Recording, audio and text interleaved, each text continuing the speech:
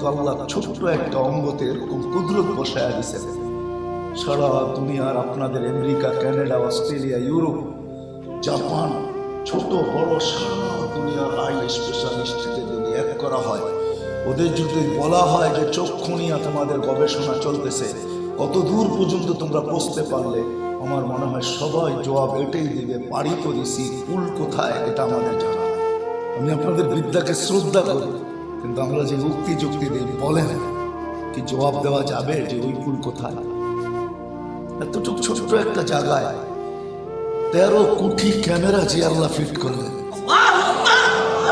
এতটুকু ছোট জায়গা, 13 কোটি ক্যামেরা, এক একটা চোখ, 20 কোটি ক্যামেরা দুটা চোখে, এতটুকু জায়গার ভিতরে কিভাবে মালিক ফিট করলেন? 1.6 সেন্টিমিটার জায়গা দিয়া 13 কোটি ক্যামেরার ক্যাবেলকে পিছিয়ে নিয়ে গেছেন, একটা আরেকটার সাথে লাগতে দেন। মালিক আমাদেরকে মানুষ হিসাবে অস্তিত্ব দিয়েছে, শ্রেষ্ঠত্বের মুকুট পড়াইছে, সৃষ্টির ভিতরে আমাদেরকে শ্রেষ্ঠ বানাইছে,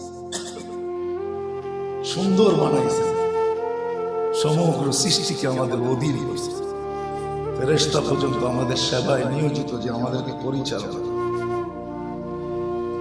আপনি হয়তো যুক্তি দিবেন একটা, আমি মানবো যে একই নালী দিয়া শ্বাসও যায়, পানিও যায়, খাদ্যও যায়, কিন্তু একটু নিচে যায় সবগুলা ডিভাইডেড হয়। বিজ্ঞান হয়তো দেখাবে এক পার্ট উঠতেছে, আরেক পার্ট অফ হইতেছে, আরেক পার্ট অফ হইতেছে, আরেক পার্ট উঠতেছে, শ্বাসেরটা উঠতেছে, শ্বাস এক জায়গায় যাইতেছে, খাদ্যেরটা আবার উঠতেছে, শ্বাসেরটা অফ হয়ে যাইতেছে, এইভাবে ডিভাইডেড হইতেছে। আপনি এত যুক্তি দিবেন, আমি একটা যুক্তি দিব, আমি বলবো মালিক এখানে কুদরতি ফেরেশতা বসায়া ওটাকে ডিভাইডেড করতেছে, আর এটাই সত্য। বাকি সব যুক্তির পিছনে কিন্তু আবার যুক্তি দাঁড় করানো যাবে, সব যুক্তির পিছনে আবারও যুক্তি দাঁড় করানো যাবে। একই প্লেট থেকে স্বামী স্ত্রীর খাওয়া, কিন্তু স্বামীর ভিতরে গেলে কোনো দুধ হয় না, আর খাদ্যের থেকেও কোনো মেশিন আবিষ্কার হয় না। আর ভিতরে যায় ঝর্ণার জোশ কি করে মারে, দুধের ঝর্ণা কি করে ফুটা বাড়ে, বুঝতে হবে এখানে কোনো কারিগরি আছে। আল্লাহ ফেরেশতা দ্বারা পুরা পরিচালনা করতেছে। আমি বুঝানোর জায়গায় চলে আসছি আপনাদের, সংখ্যায় যদিও অল্প, আওয়াজ বহু দূর পর্যন্ত যাইতেছে। আল্লাহ করুক ঘরের ভিতরে যান। এই মানুষটাকে আল্লাহ সৃষ্টি করার পরে, সৌন্দর্য দেওয়ার পরে, শ্রেষ্ঠত্ব দেওয়ার পরে, আমাদের ভিতরে আল্লাহ কিছু জিনিস দিয়ে আমাদেরকে সাজাইছেন, যে জিনিসগুলো আছে বিদায়ী আমরা আছি। একটা হলো মানুষের বিবেক, বুদ্ধি, বিদ্যা, আর একটা হলো মানুষের চিন্তা ক্ষমতা। এই 4টা জিনিস মানুষের হেডকোয়ার্টার। বিবেক, বুদ্ধি, বিদ্যা, বিবেক, বুদ্ধি, বিদ্যা, আর একটা হলো মানুষের চিন্তা ক্ষমতা। এই 4টা হলো আমাদের এই বডিটার পরিচালক, এই বডিটাকে পরিচালনা করতেছে, আমাদের পুরো সিস্টেমটাকে পরিচালনা করতেছে। আমরা যদিও আমরা প্রযুক্তি নিয়ে কথা বলি, কিন্তু আল্লাহ কিন্তু আমাদেরকে হুকুম দিয়েছিলেন, অফি আনফুসিকুম, মানুষ বাহিরের প্রযুক্তি দিয়ে তুই ভাবিস তোর ভিতরে আমি কত প্রযুক্তি ফিট করছি তুই জানিস?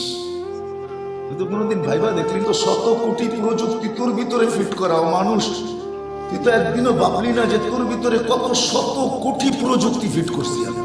এরকম প্রযুক্তি হায় হায় হায় হায়, মানুষ যদি ভাবতে যায় তাহলে তার ব্রেন ফেল হয়ে যাবে, খুঁজে পাওয়া যাবে না। আপনাদের বিজ্ঞান বহুত উপরে উঠছে আমি মানি, কিন্তু কসম খোদার বিজ্ঞান এই কথা বলতে বাধ্য হয়েছে। সৌরজগৎ নিয়ে বিজ্ঞান ভাবতে ভাবতে ভাবতে ভাবতে এই কথা বলতে বিজ্ঞান বাধ্য হয়েছে। এক জায়গায় যে বিজ্ঞান নিজেকে অফ করে দিছে, এতটুকু বলা যে মহাকাশের নিচে, প্রথম আকাশের নিচটায় 100 কোটি সুপার ক্লাস্টার আছে, আর 100 কোটি সুপার ক্লাস্টার প্রথম আকাশের সামনে একটা বিন্দুর মতো, এতটুকু বইলা এতটুকুই পাবেন, এর বেশি বিজ্ঞান মুখ খোলে নেয়। মহাসব এই সৌরজগৎ নিয়ে বলে আপনারা খোলেন না কেন? না না, আমরা খুললে বুঝবে না কেউ। এটাই যখন বোঝে না তো ওইটা কি বুঝবে? ওটা বুঝতে হলে তো একটা ক্যাটাগরি লাগবে, একটা যোগ্যতা লাগবে। সব মোবাইলে কিন্তু সব প্রোগ্রাম থাকে না, আর সব মোবাইলে সব প্রোগ্রাম ডাউনলোড করাও যায় না, সব কম্পিউটারে সব প্রোগ্রাম হয় না। এটাও সত্য, এটাও একটা মোবাইলের মতোই, অ্যান্ড্রয়েড সেটের মতো। সবার জন্য সবকিছু আল্লাহ ওপেন করেন নাই। বিধায় আমাকে পরিচালনা করে, আপনাকে পরিচালনা করে এই চারটা রত্ন, এটাকে রত্ন বলতে পারেন, বিবেক, বুদ্ধি, বিদ্যা আর হলো চিন্তা ক্ষমতা। এই চারটা কিন্তু আমাদেরকে, চারটা রত্ন, চারটা হেডকোয়ার্টার, চারটা পাওয়ার হাউস, এইখান থেকে আমাদের সব পুরো শরীরটা কন্ট্রোল হয়। এই জন্য যে মানুষ, এখানে কারো ইচ্ছা চলে না, আল্লাহর ইচ্ছা বিধায় আপনার আমি মানুষ। আল্লাহর ইচ্ছা যদি না হইতো, হয় যা খুশি তা বানাইতে পারত। আজ পর্যন্ত কোনোদিন আমাজনের জঙ্গলের প্রাণী আল্লাহর বিরুদ্ধে স্লোগান দেয়, কসম খোদা, এক সেকেন্ডের জন্য না। খোদা দ্রোহী হওয়া তাদের জন্য সম্ভব না। এই জন্য আল্লাহ বইলা দিয়েছেন, মা মিন শাইইন ইল্লা ইউসাব্বিহু বিহামদি রাব্বি। ও মানুষ, টিস্যুটা তুমি বানাইছো, কিন্তু এটা আমার গুণগান গাইতে পারে, টিস্যু গুণগান গায়। আল্লাহ তারপরে লজিক দিছেন, যুক্তি দিছেন যে কিছু কিছু জিনিসের আওয়াজ তোমরা শোনো, ওয়ালাকিন লা তাফকাহুনা তাসবিহাহুম, আওয়াজ শোনো বটে, কিন্তু তুমি বলতে পারবে না সে কি বলবে। আমার গলিতে কুকুরের আওয়াজ আমি শুনি, কিন্তু আমি জানি না কুকুর কি বলে। কি বোঝেন কুকুর কি বলে? হ্যাঁ, কিন্তু সে কিছু বলে অবশ্যই, ঠিক না?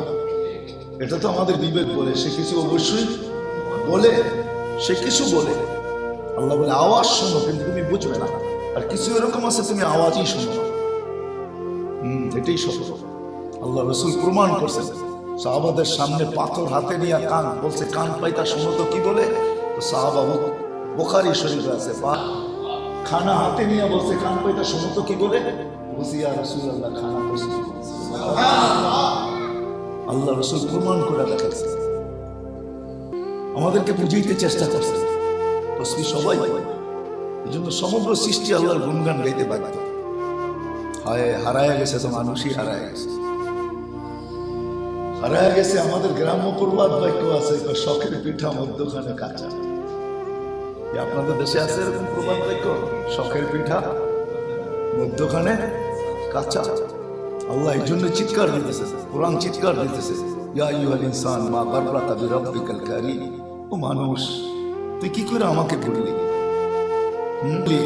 আরেক জায়গায় আল্লাহ বুঝাইতে চাইতেছেন, ওয়া ইন তাউদ্দু নি'মাতাল্লাহি লা তুহসুহা। আমি তো তোকে এত নেয়ামত দিছি, গুনতে গেলে তোর জীবন শেষ হয়ে যাবে, দুনিয়ার জীবনও শেষ হয়ে যাবে। তোকে তো আমি ডুবাইয়া দিছি। জায়গায় আগে বুঝাইতে চাইতেছেন আল্লাহ। আল্লাহ করুক আমাদের বুঝ আসুক, আল্লাহ কিন্তু আমাদেরকে বুঝাইতে চাইতেছেন। আল্লাহ মানুষকে বুঝায়, কিন্তু বাধ্য করে না। আমরা হয়তো ভাবি যে আল্লাহ মনে হয় আমাদেরকে বাধ্য করতে পারেন না। এত ডিফেন্স কি আল্লাহর কাছে আছে যে আমাদেরকে আল্লাহ হ্যাক করবে, আমাদেরকে বাধ্য করবে?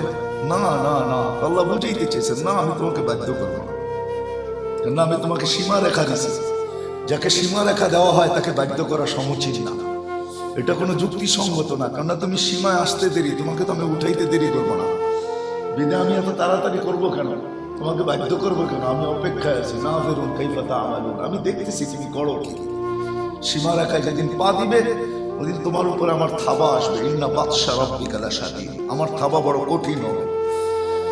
ওই দিন লোহার প্রাচীর তোমার জন্য কোনো, এই বাধার, এই থাবার মাঝে কোনোদিন প্রতিরোধ তৈরি করতে পারবে না। এই থাবার মাঝে কোনো প্রতিরোধ, তোমার লোহার দেওয়াল করতে পারবে না, তোমার সিসি ক্যামেরা করতে পারবে না, তোমার নিচ্ছিদ্র বেষ্টনী করতে পারবে না, তোমার টেকনোলজি করতে পারবে না, তোমার প্রযুক্তি করতে পারবে না, তোমার কিছুই করতে পারবে না। আমি আসবো উঠায় নিয়ে, নাহলে ভাবেন বাবার উচিত, কিন্তু প্লেনও মানুষের মারা যায়, ঠিক না? কি বলেন? অপারেশন কে চালাইছে? মালাকুল মউতকে চালাইছে, ঠিক না? এটাও তো একটা অপারেশন, ঠিক না? সে বিগ টিম নিয়ে আসলো, অপারেশন করলো, চলে গেল, কিন্তু প্লেনের কেউ জানলো না। প্লেন তার গন্তব্যে পৌঁছে গেল। সে তো ছোট টিম নিয়ে আসে না, বিশাল টিম নিয়ে আসে। সে ঢুকলো কি করে? যেখানে বাতাস ঢোকে না, সুই দিয়ে ছিদ্র করা যায় না, ক্রাশ হয়ে যায়। যদি আমি আপনাদেরকে ওই জায়গায় চলে যেতেছি, আল্লাহ ইচ্ছা করলে বাধ্য করতে পারে, কিন্তু ওই যুক্তি আপনাদেরকে দেখাইতে গেলে সময় অনেক চলে যাবে। কিন্তু একটা দেখাই অবশ্যই, যাতে বুঝে আসো। বড় সোসাইটির লোক আপনারা, বড় এডুকেটেড লোক আপনারা। সিদ্ধেশ্বরী আমি চিনি তো ছোটবেলার, আমি চিনি। শান্তিনগর যেখানে পপুলার, ওই বিল্ডিংটা, ওই জায়গাটাই আমি ছিলাম, ওইখানে আমি বড় হয়েছি, অনেকদিন ছিলাম। কিন্তু আমি সিদ্ধেশ্বরী চিনি। বৃষ্টি হলে শান্তিনগর রোডে কতটুকু পানি হতো এটা আমার জানা আছে। হ্যাঁ হ্যাঁ হ্যাঁ, সামনেই তো, ওই পারেই তো মসজিদটা, ঠিক না? আমিনবাগ মসজিদ, ঠিক না? হ্যাঁ, বৃষ্টি হইলে কেমনে যাইতে হইতো ওটা আমি জানি না। এই গলিগুলো আমার চেনা আছে, আমি ছোটবেলায় অনেক কাটাইছি এই গলিতে। আপনারা শিক্ষিত সমাজ মিলে, বড় এডুকেটেড এরিয়ার লোক আপনারা। এই জন্য একটা যুক্তি দিই, আল্লাহ বলে তোমাকে আমি বাধ্য করতে পারি মাঝে মাঝে আকাশটা দেখো। উনজুরিলা সামাই ওয়া ইরতিফাইহা, আকাশটা দেখো কত উঁচা। কারাউনাহু বিগাইরি আমাল, তোমাদের হোবল আজ পর্যন্ত খুঁজা কোথাও খুঁটি পায় নাই। আর খুঁটি নাই, পাবে করতে আবার একটাও না, সাবা সামাওয়াতিন তিবাকা, সাতটা, একটা না, আবার সাতটা এক সমান বড়। আমি খুঁটি ছাড়া যদি দাঁড় করাইতে পারি, তাহলে তো তুমি ছোট্ট একটা মানুষ, তোমাকে বাধ্য করার কোনো ব্যাপার না। এটা আল্লাহর যুক্তি, আল্লাহর লজিক, আল্লাহর ফলসাফা, আল্লাহর ফিলোসফি আল্লাহ বয়ান করতেছে। তোমাকে বাধ্য করতে পারো, আমি তোমাকে বাধ্য করবো না। তোমাকে আমি একটা সীমা রেখা দিয়েছি, স্বাধীনতা দিয়েছি। বিধায় চারটা জিনিসই আমাদেরকে কন্ট্রোল করে, আমাদেরকে পরিচালনা করে। এটা যদি মানুষের ভিতর থেকে বিলুপ্ত হয়, বিবেক, বুদ্ধি, বিদ্যা এবং চিন্তা ক্ষমতা মানুষের ভিতর থেকে যদি বিলুপ্ত হয়ে যায়, ওই মানুষটা থাকে কিন্তু জিরু থাকে। ওই মানুষটা যদিও বেঁচে থাকে কিন্তু আসলে মানুষ থাকে না, জিরুই থাকে। কি বলেন, একমত আপনারা আমার সাথে? জিরুই থাকে। এই জন্য আল্লাহ এই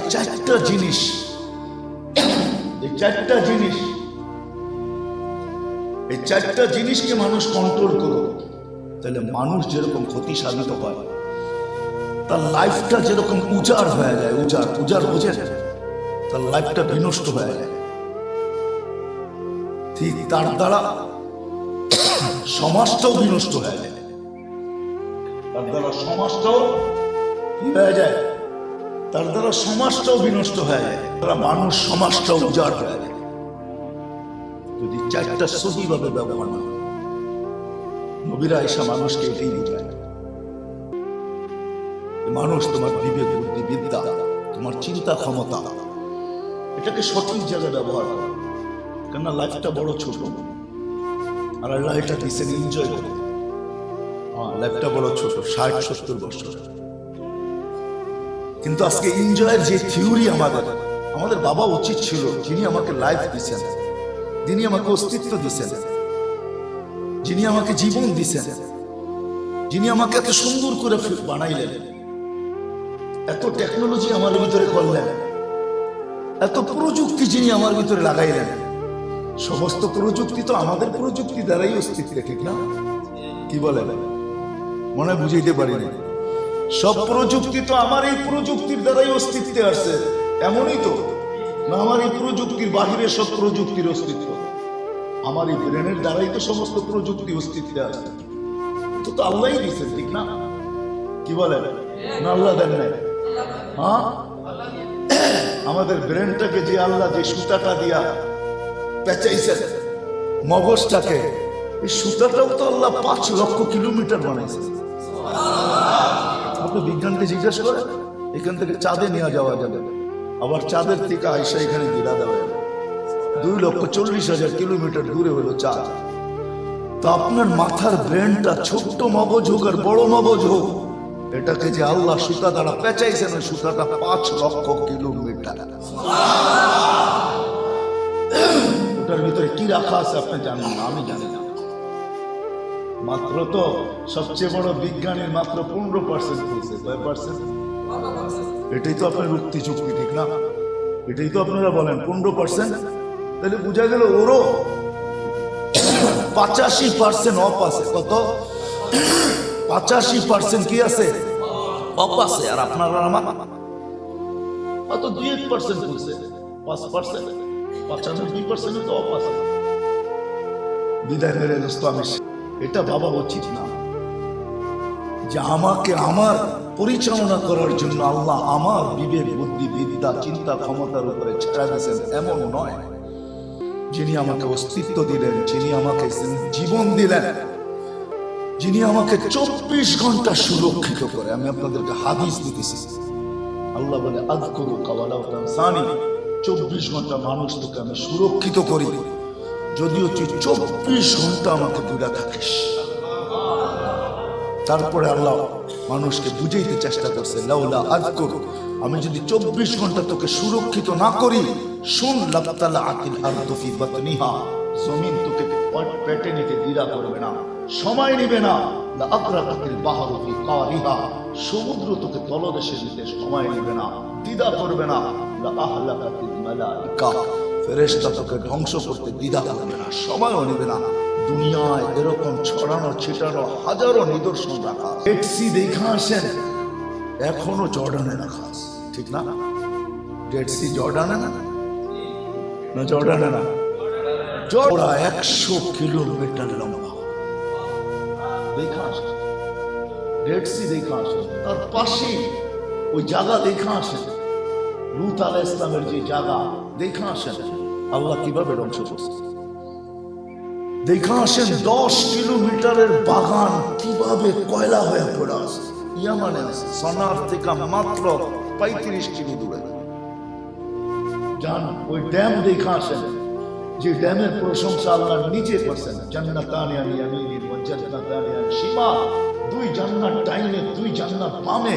ওই ড্যাম দেখে আসেন, এখনো মাহরেবে রাখা আছে, আমিও 4 বার দেখছি, আপনারও দেখে আসেন। জান ওই ড্যাম দেখে আসেন, যেখানে পানি দিয়ে সারা জায়গায় সেচন হয়, কিন্তু যেটা আল্লাহ ধ্বংস করছেন এখানে একটা গাছ পর্যন্ত হয় না।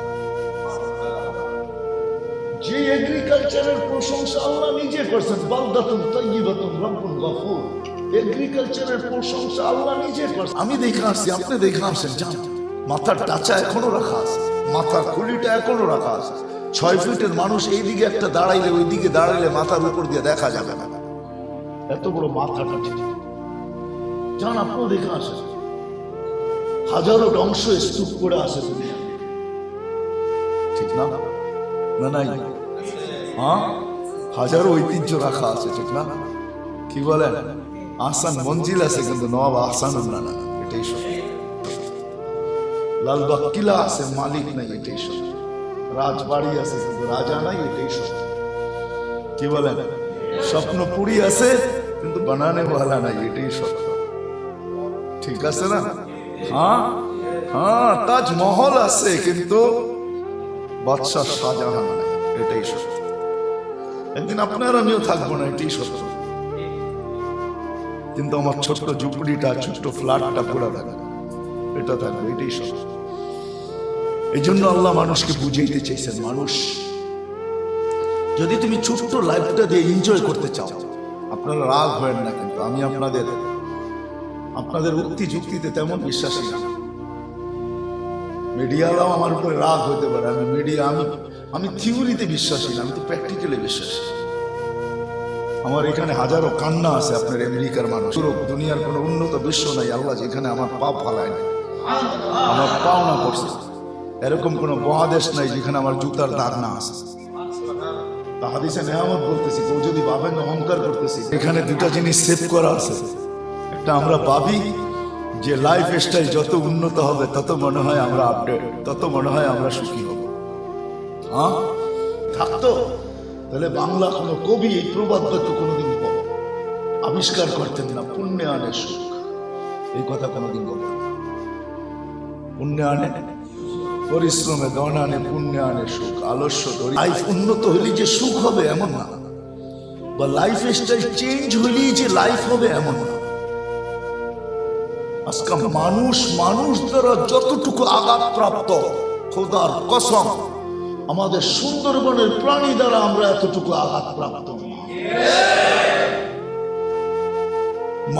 মানুষ দ্বারা যতটুকু প্রতারিত, দুনিয়ার কোন করতেছে পার ঘন্টায় 6 লক্ষ কিলোমিটার বেগে দৌড়াইতেছে,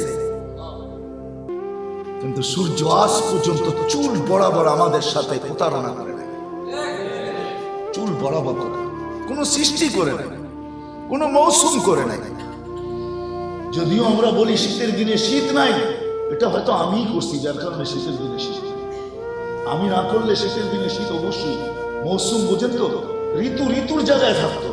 এখানেও আমার কোনো নেগলিজেন্সি আছে, আমার হাতের কোনো ছাপ আছে, আমার পায়ের কোনো দাগ আছে, নাহলে ঋতু চেঞ্জ হবে। ঋতু তো বানাইছে আল্লাহ। কে বানাইছে? 6 ঋতুর দেশ তো বাংলাদেশ, ঠিক না?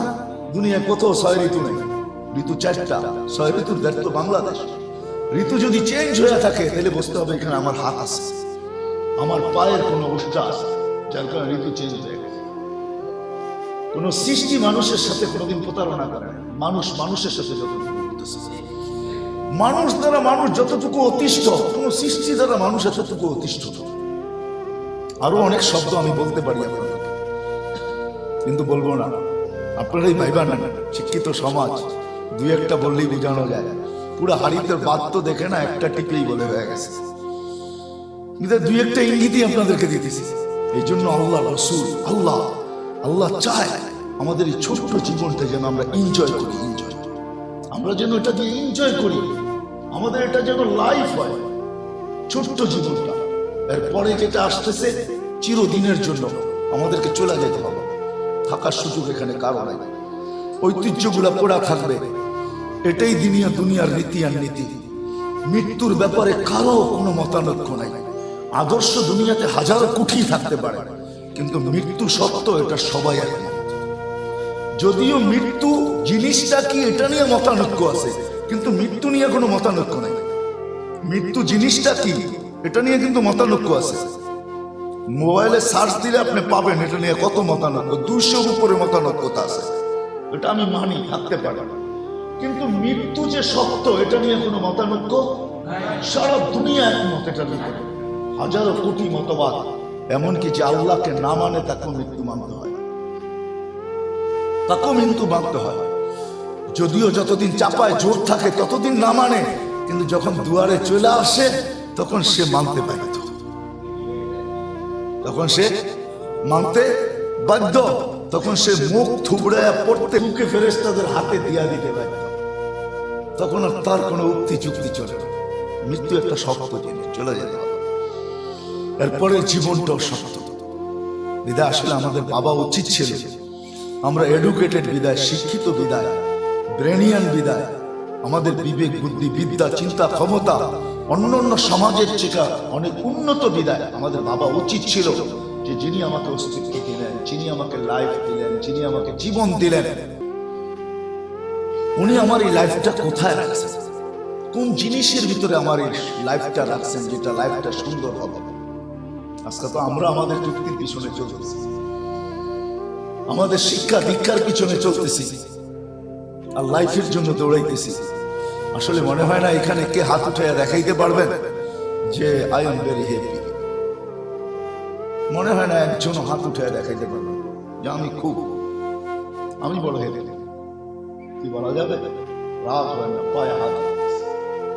কেন আমি হ্যাপি? কেন? কে চলে গেল? কে কি লেখা হয় হ্যাপি?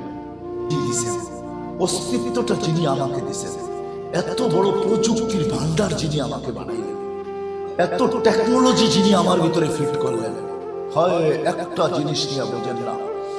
আমি একজন ডাক্তার চিনি, জানি না আপনারা নাম জানছেন কিনা, বাংলাদেশের সর্বপ্রথম যিনি হার্ট ওপেন সার্জারি নিয়ে আসছিলেন, ডাক্তার এসআর খান। নাম শুনছেন কিনা জানি না, ডাক্তার এসআর খান। উনি বাংলাদেশের প্রথম ওপেন সার্জারি, লন্ডন থেকে মনে হয় আসেন, ওনার আগে কেউ আসছেন কিনা আমি জানি না, কিন্তু উনি একদিন বলতেছিল আমাকে, মুফতি সাহেব আপনাকে বলা যাবে না, এক আঙ্গুলের ভিতরে আল্লাহ যে টেকনোলজি আর প্রযুক্তি ফিট করছে, আমার মতো এসআর খান সারা জীবন বর্ণনা করলো, শেষ করা যাবে। আপনি ভাবেন না একটু, আপনি ভাবেন না এখানে হাসপাতাল কতগুলোই তো আছে, ঠিক না? কয়টা হাসপাতাল আছে? দেরি করে না, টাচ করতে দেরি, রিপ্লাই দিতে দেরি করে না, শুধু টাচ করতে দেরি, টাচ করে এসে বলে দেয়। কি বলেন? কখনো ভাবছি আমার নাকটা কত বড় কেমিস্ট্রি, আমার নাক কত বড় কেমিস্ট্রির কত বড় কেন্দ্র আমার নাক। রাগ হেন না, আমি রাগ আপনাদেরকে হইতে না করতেছি, পায়ে হাত রাখাচ্ছি। আমাদের সমাজের কিছু লোক আছে, তাদের সব কিছু চেকিং এর মাধ্যমে তার ভিতরে যায়, ঠিক না? চেকিং না হইলে ভিতরে যায় না, ঠিক না? যায়ও না, দেয়ও না, ঠিক না? হ্যাঁ, ছাড়পত্র আসতে হয়, তাই না? হ্যাঁ, সত্য তো। কিন্তু আমাদের মতো গরিবের জন্য কে এরকম টেস্ট করবে, ঠিক না? আল্লাহ কুদরতান আমাদের জন্য 4টা সেন্টার বসায় দিয়েছে। প্রথম আমাদের প্রত্যেকটা পানি বলেন, খাদ্য বলেন, না প্রথমে টেস্ট করে যে গ্রান ঠিক আছে কিনা আগে তাইলে বন্দার ভিতরে যাবে, নাহলে যাবে না। আপনি কি কোনোদিন ভাবছেন? নাক কিন্তু সর্বপ্রথম গ্রান দেখে, ঠিক না? নাকি বলে দেয় এটার গ্রান ভালো না, নাকি বলে দিতেছে গ্রান জানি কেমন, তো নাকি বলে দিতেছে না না না ভিতরে যাবে না, গ্রান ঠিক না, ঠিক না? তারপরে যখন যায় তো দ্বিতীয় চেকিং করে জিহ্বা। জিহ্বা ছুঁইতে দেরি, জিহ্বা বলতে দেরি করে, না না স্বাদ নষ্ট হয়ে গেছে, স্বাদ স্বাদ স্বাদ নাই, যাবে না ভিতরে। দ্বিতীয় চেকিং সেন্টার হয় একটা পাথরের কণা, যাইতে দেরি সর্বপ্রথম চাপটাই দাঁতের ভিতরে পড়ে, ঠিক না? সত্য তো। হ্যাঁ, তৃতীয় চেকিং সেন্টার যে আমার বন্দার এখানে কোনো কণা শোনা যেতে পারবে না, যা যাবে খাদ্যই যাবে, যা যাবে খাদ্যই যাবে। ইচ্ছা করে একটা চুল দিয়া দেখেন না, একটা খানার লোকমার ভিতরে, একটা লোকমার ভিতরে ইচ্ছা করে একটা চুল দেন, দেখবেন জিহ্বা ওটাকে সর্বপ্রথম খুঁজে বাহির করে ফেলবেন। আপনারা আমি কি ভাবছি কোনোদিন? আপনাদেরকে আমি সময় পেলে আপনাদেরকে আমি বুঝাইতাম, বিধায় আমি জায়গায় চলে আসছি। আল্লাহ আমাদেরকে 4টা জিনিস দিয়েছে।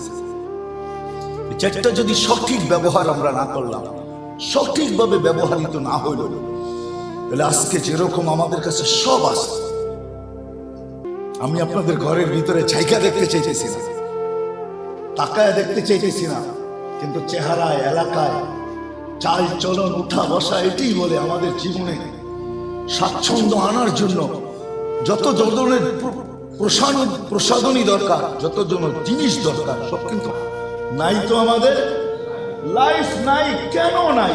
আমি কি কোনোদিন ঘরের সবাইকে নিয়ে ভাবছি যে বলো আমাদের ঘরে কোনো জিনিসের অভাব নাই, জীবন গড়ার জন্য যা কিছু প্রয়োজন সবই তো আমি আয়না দিলাম, সবই তো ঘরে ফিট হইল, সবই তো আমার ঘরে আছে, কিছু আমার আলমারিতে আছে, কিছু আমার ফ্রিজে আছে, কিছু আমার ঘরে ছিড়ায় ছটায় আছে, কিছু আমার ব্যাংকের ভিতরে রাখা আছে, কিছু আমার জ্যাবে রাখা আছে।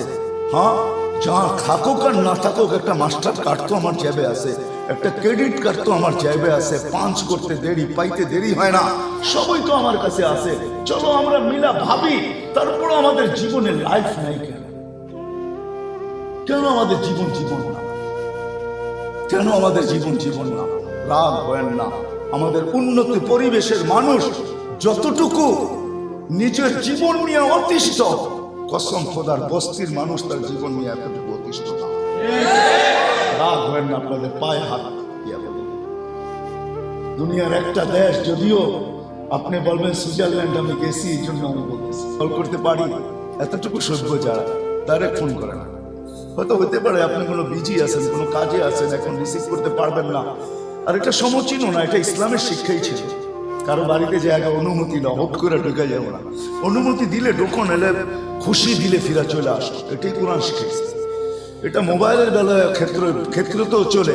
আমরা তো যখন মনে চায়, যারে মনে চায় মেরা দেয়, ঠিক না? দেখেন না নামাজের ভিতরে মোবাইল বাজতে থাকে, এটা কিন্তু শিক্ষা ছিল না। ওরা মেসেজ করে, আমি কি তোমাকে কল করতে পারি? সে যদি রিপ্লাই দেয় যে হ্যাঁ করো, তখন কল করে, এর আগে করে। সুইজারল্যান্ড সম্বন্ধে আপনাদের ধারণা আমার চেয়ে বেশি, আমি তো একবার গেছি, কয়েকদিন ছিলাম। আপনাদের ধারণা আমার চেয়ে বেশি, কিন্তু এত সুখের দেশ হওয়া সত্ত্বেও দুনিয়াতে একটা দেশ যার ভিতরে আত্মহত্যা সরকারিভাবে বৈধ, ওটা হলো সুইজারল্যান্ড। আত্মহত্যা সরকারিভাবে কি সার্চ দেন, এখন আমার কথা সত্যায়িত করে। আপনি অ্যাপ্লাই করতে দেরি হয়, সবচেয়ে সুখী দেশ চোখে দেখা, কিন্তু আসলে ভিতরে লাইফ নাই। নাহলে সে আত্মহত্যার জন্য দরখাস্ত কেন করবে? মানুষ কখন আত্মহত্যা করে? কখন করে? জীবন থেকে অতিষ্ঠ বিদায়ী তো সে আত্মহত্যা করতে চায়। এই জন্য আসেন, আমি আপনাদেরকে ভাবনা দিয়ে যেতে চাইতেছি। আমাদের ভাবা উচিত, যে জীবনটা চিনিয়ে দিলেন, অস্তিত্ব চিনিয়ে দিলেন, এত কিছু আমার ভিতরে টেকনোলজি ফিট করলেন, এত প্রযুক্তি আমার ভিতরে লাগাইলেন, যে প্রযুক্তিগুলোর মাধ্যমে, টেকনোলজির মাধ্যমে আমরা সারা দুনিয়াতে এত টেকনোলজি উপহার দিলাম। আল্লাহ কি আমাকে সুখে থাকার জন্য কোনো বিধান দেন না? এই জন্যই আল্লাহ বুঝাইতে চাইতেছে, মানুষ চারটা কিন্তু তোমার হেডকোয়ার্টার, তোমার বিবেক, বুদ্ধি, বিদ্যা, চিন্তা ক্ষমতা, এটার যদি সঠিক ব্যবহার তুমি না শিখলে, সঠিকভাবে যদি তুমি ব্যবহার না করলে, সব তোমার কাছে থাকবে। আমি জানি না আপনাদের মনে আছে কি নাই, এটা আমার জানা নাই, কিন্তু আমার মনে আছে করটিয়ার জমিদার, পন্নী ফ্যামিলির ছেলে, ধানমন্ডিতে যার বাড়ি, সে আত্মহত্যা করছে তার ঘরের ভিতরে পাংখায় লটকায়। হয়তো নেটে খুঁজলে পাবেন, মিডিয়ার কাছে খুঁজলে আমার কথা সত্যায়িত পাবেন। সে তার ঘরে গলায় রশি দিয়ে আত্মহত্যা করছে। লাইফ ছিল না, নাই, কেন আমরা অন্য জায়গায় তালাশ করতেছি। মুহাম্মদুর রাসূলুল্লাহ সাল্লাল্লাহু আলাইহি ওয়াসাল্লাম, যদিও আমরা বলতেছি লাইফ উন্নত হলেই সুখী হব, লাইফ স্টাইল চেঞ্জ হলেই আমাদের লাইফ হবে, নো নো নো, এটা ভুল ধারণা, এটা ভুল সেভ হয়ে গেছে। অনেক সময় ভুল জিনিস আমাদের মেমোরিতেও সেভ হয়, আমাদের মোবাইলও সেভ হয়, আমাদের এখানে সেভ হয়ে গেছে ভুল। না না না, লাইফ স্টাইল উন্নত হইলেই মানুষের জীবনে সুখ আসবে না। আল্লাহ মুহাম্মদুর রাসূলুল্লাহ সাল্লাল্লাহু আলাইহি ওয়াসাল্লামকে যে লাইফ স্টাইল দিয়া পাঠাইছেন, যে লাইফ দিয়া পাঠাইছেন, ওই লাইফ যার জিন্দেগিতে আসবে, ও কুরের ঘরে যে সুখ পাবে, আপনি সোনার বিল্ডিং ওই সুখ পাবেন না। ইম্পসিবল। সোনা মানুষকে সুখ দিতে পারে না, দুনিয়ার কোন বস্তু মানুষকে সুখ দিতে পারে না। তাইলে সাধারণ মনীষীদের মুখে এই প্রবাদ বাক্য কোনোদিন আসতো না, পুণ্যে আনে সুখ, আলস্য দরিদ্রতা আনে, পাপে আনে দুঃখ। পাপ মানুষের জীবনে দুঃখ নিয়ে আসে।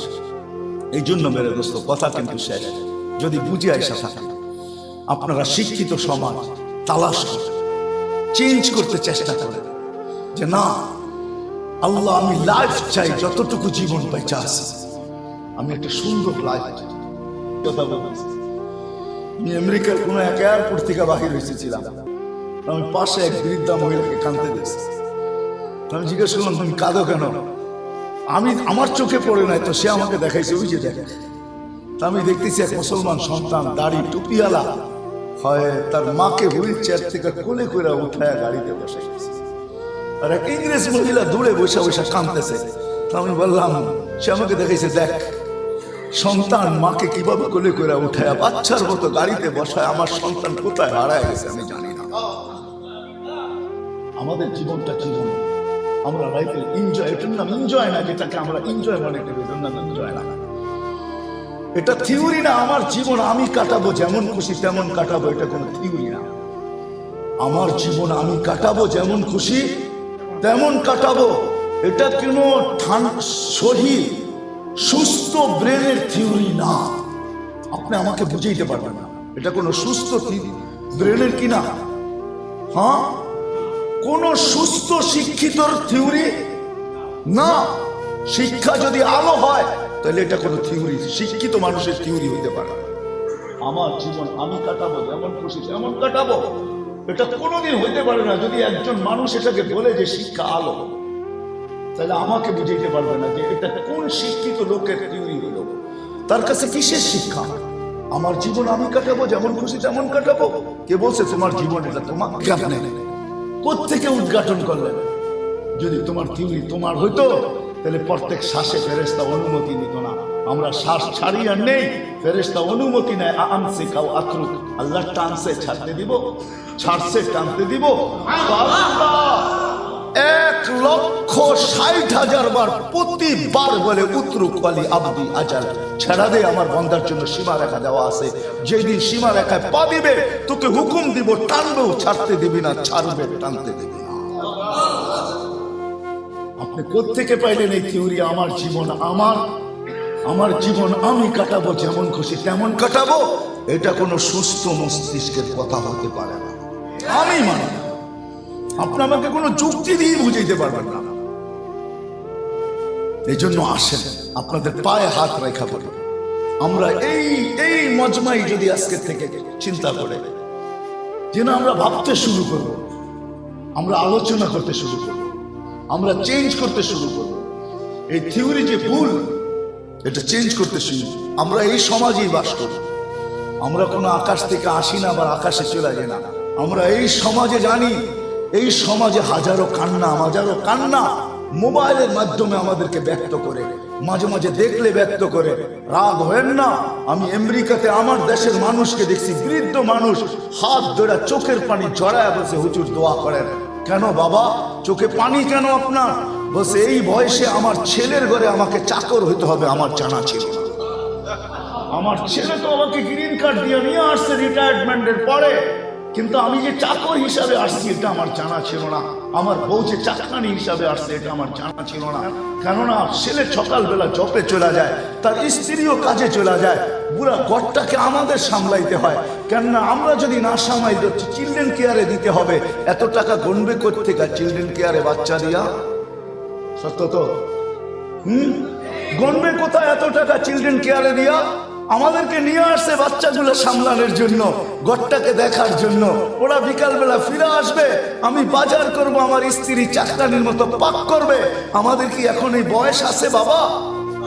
যদি নুন একটু কম হইল তো ছেলের যদিও চেহারা কালো করে মুখ দিয়া কিছু বলে না, কিন্তু পুত্রবধূ তো বলেই ফেলে তোমাদেরকে গ্রিন কার্ড দিয়ে নিয়ে আসলাম, আমাদের ঘরটা সামলায় রাখতে পারো না, আমরা তোমাদের জন্য সারাদিন খাইটা বেড়াই। ও বাবা দোয়া করো একটু, আমার শেষ বয়সে এসে চাকর হতে হইলো, আমার জানা ছিল।